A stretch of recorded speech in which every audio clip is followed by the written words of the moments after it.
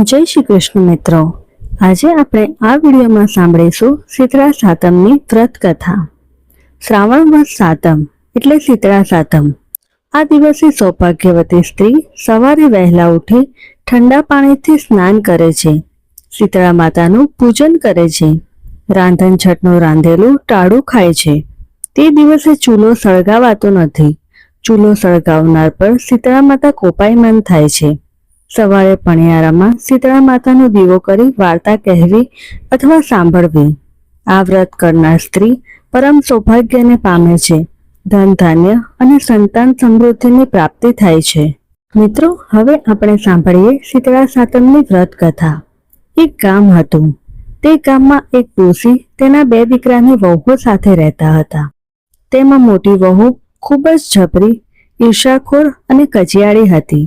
તેને વાત વાતમાં વાંકું પડતું, જ્યારે નાની વહુ ભલી ભોળી અને પારકાના દુઃખે દુઃખી થનારી હતી। પવિત્ર શ્રાવણ માસ આવ્યો। રાંધણ છઠના દિવસે નાની વહુ રસોડે રાંધવા બેઠી। રાંધતા રાંધતા મધરાત થઈ ગઈ। પછી તે ચૂલો ઠારવાનો વિચાર કરતી હતી કે ત્યાં પારણે પડેલો તેનો દીકરો રડવા લાગ્યો। નાની વહુ બધું કામ પડતો મૂકી પોતાના નાના છોકરાને ખોળામાં લીધો। પછી તે આળા પડખે થઈ। આખા દિવસનો થાક હોવાથી તેની આંખ મળી ગઈ અને ચૂલો ઠાળવાનો રહી ગયો। અડધી રાત થઈ કે શીતળા માતા ઘરે ઘરે ફરવા નીકળ્યા। ફરતા ફરતા વહુના ઘરે આવ્યા। નાની વહુના ઘરે તો ચૂલો સળગતો હતો। શીતળામાં તેમાં આળોટ્યા અને દાજ્યા। તેમને શાપ આપ્યો, જેવું મારું શરીર બળ્યું એવું એનું પેટ બળજો।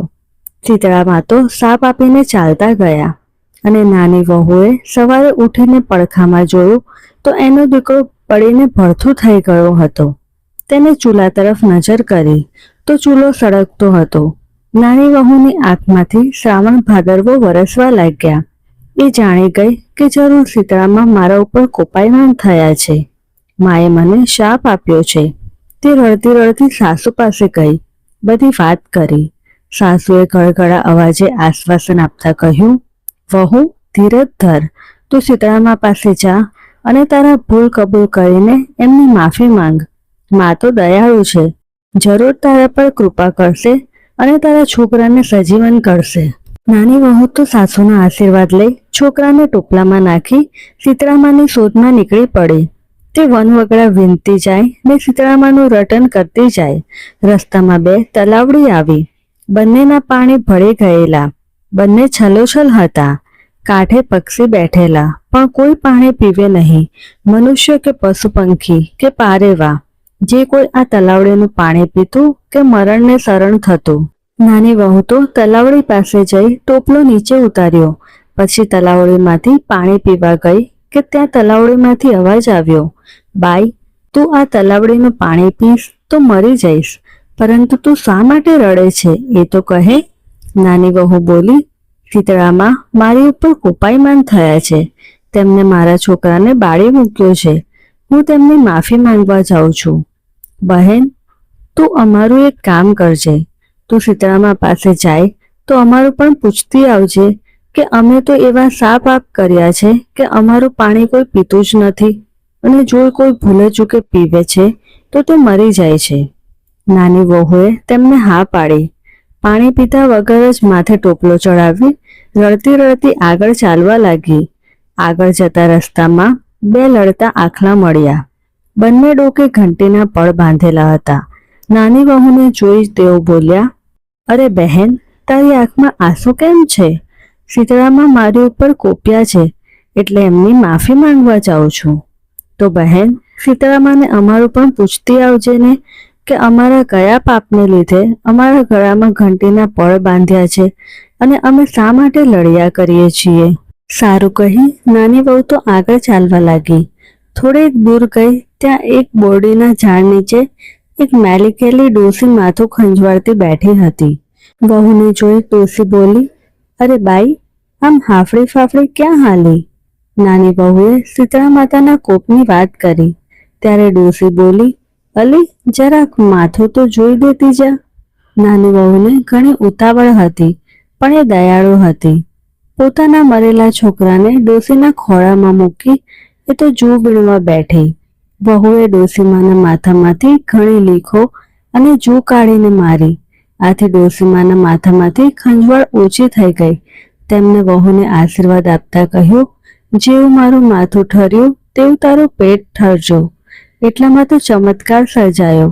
ડોસીના ખોળામાં રહેલો છોકરો હાથ પગ ઉછાળી કિલકારી કરવા લાગ્યો. નાની વહુને તો ઘણું આશ્ચર્ય થયું. તેને ખાતરી થઈ ગઈ કે આ ડોસીમાં બીજું કોઈ નહીં પણ શીતળામાં જ છે.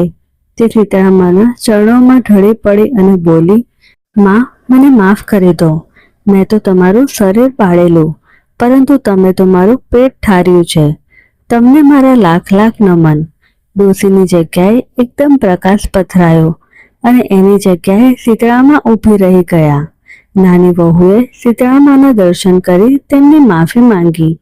પછી નાની વહુએ તલાવડીના પાણી વિશે પૂછતા શીતળામાં બોલ્યા, દીકરી, ગયા ભવમાં તે બંને સૌખ્ય હતી. દી ઉગ્યાથી દી આથમ્યા સુધી લડ્યા કરે. કોઈને છાસ પાણી આપે નહીં. એટલે આ જન્મે કોઈ એનું પાણી પીતું નથી.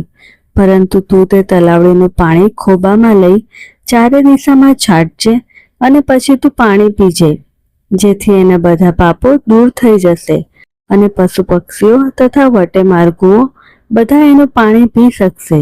પછી નાની વહુએ બે આખલાના દુઃખની વાત કરી. ત્યારે શીતળામાં બોલ્યા, દીકરી, પરભવમાં તે બંને આખલાઓ દેરાણી જેઠાણી હતા. તે એટલા બધા ઈર્ષાળુ હતા કે આડોશ પાડોશમાં કોઈ તેમના ઘરે દળવા ખાંડવા આવે તો બંને જણા તેમનું અપમાન કરીને કાઢી મૂકતા. એટલે આ ભવે તેઓ આખલા બની ડોકે ઘંટીના પળ બાંધી લડ્યા કરે છે. તું એમની પાસે જઈ ડોકેથી ઘંટીના પળ છોડી નાખજે, જેથી તેમના પાપ નાશ પામશે અને તેઓ લડતા બંધ થઈ જશે. આટલું કહી શીતળામાં અંતર્ધ્યાન થઈ ગયા. નાની વહુ તો રાજી થઈ પોતાના દીકરાને લઈને પાછી વળી. રસ્તામાં તેને પેલા બે આખલાઓ મળ્યા.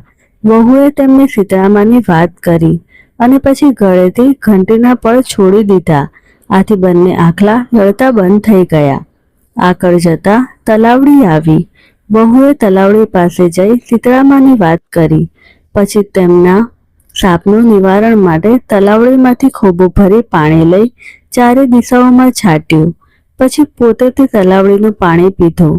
ત્યાં તો ચારે દિશાઓમાંથી પક્ષીઓ પાણી પીવા માટે આવવા લાગ્યા. પછી નાની વહુ તો દીકરાને રમાડતી રમાડતી ઘરે આવી. તેણે દીકરાને સાસુમાના ખોળામાં મૂકી દીધો. સાસુમા તો દીકરાને સજીવન થયેલો જોઈ રાજી રાજી થઈ ગયા. પણ અદેખી જેઠાણી ઈર્ષાથી બળી ગઈ. સાસુએ પૂછ્યું, વહુ બેટા, આ બધું કેવી રીતે બન્યું? ત્યારે નાની વહુએ તેમને સઘળી હકીકત જણાવી. આ સાંભળી જેઠાણીને પણ શીતળામાના આશીર્વાદ લેવાનું મન થયું. પછી બીજે વર્ષે રાંધણછઠ ક્યારે આવે તેની રાહ જોવા લાગી. પણ સમયને જતા ક્યાં વાર લાગે છે. ફરી શ્રાવણ માસ આવ્યો અને શ્રાવણ મહિનાની રાંધણછઠ આવી. જેઠાણી ચૂલે રાંધવા બેઠી અને જાણી જોઈને રાતે ચૂલો સળગતો રાખીને સૂઈ ગઈ. રાત્રે શીતળામાં ચૂલામાં આરોટ્યા અને દાજ્યા. તેમને જેઠાણીને શ્રાપ આપ્યો, જેને મને બાળી છે તેનું અંતર બાળજો. બીજે દિવસે સવારે ઉઠીને જેઠાણીએ જોયું તો તેનો દીકરો બળીને ભડથો થઈ ગયેલો હતો. મરેલા દીકરાને જોઈ જેઠાણી વિલાપ કરવાના બદલે ખુશ થઈ ગઈ. તે તો દેરાણીની માફક છોકરાને ટોપલામાં નાખી ચાલવા લાગી.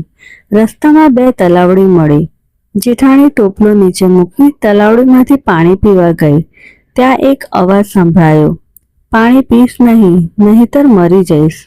જેઠાણીએ પાણી પીધું નહીં એટલે તલાવડીએ પૂછ્યું, બહેન, તું ક્યાં જાય છે? જેઠાણીએ કહ્યું, હું ગમે ત્યાં જાઉં, તારે શી પંચાત? આમ કહી તે પાણી પીધા વગર ચાલતી થઈ. આગળ જતા બે આખલા મળ્યા.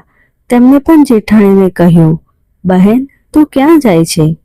આ સાંભળી જેઠાણી ગુસ્સે થઈ ગઈ અને મોં મચકોડતા બોલી, હું ગમે ત્યાં જાઉં, તમારે શી પંચાત? આગળ જતા રસ્તામાં પેલી મેલી ગયેલી ડોસી મળી. તે બે હાથે પોતાનું માથું ખંજવાળતી હતી. તેને જેઠાણીને કહ્યું, બહેન, મારું માથું જોઈ આપને.